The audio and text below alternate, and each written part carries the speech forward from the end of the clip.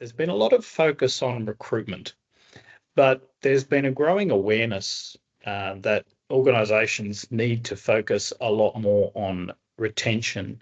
What do you think, Amar? Did you find that in some of the research? Yeah, absolutely. I think that you're spot on there.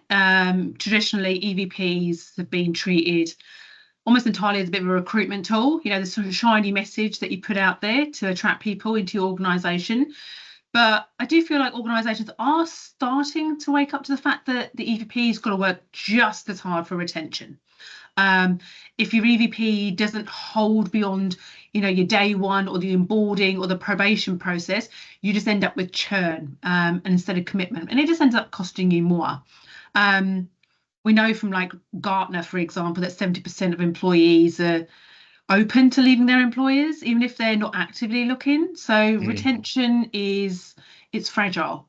So that EVP has got to show people how they'll grow, how their role is going to evolve, and what the organisation offers beyond attraction. So put simply, if an EVP is recruitment only, it's just half an EVP. It's a really good point. One of the comments that I often make to the clients we work with is you've almost got to think about onboarding your people every day or re-onboarding them every day, and just remind them why it's a great place to work.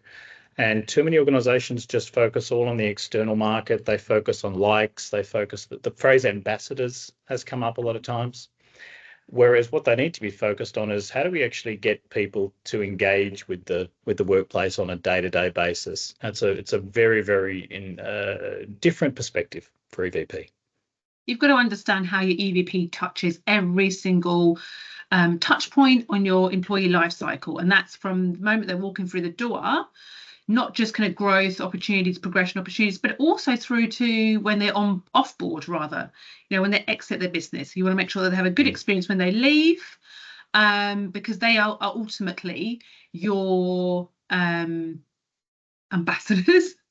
Yeah, they are. They are your spokespeople. They will either kind of vouch for you as an employer or not, and that can be pretty influential.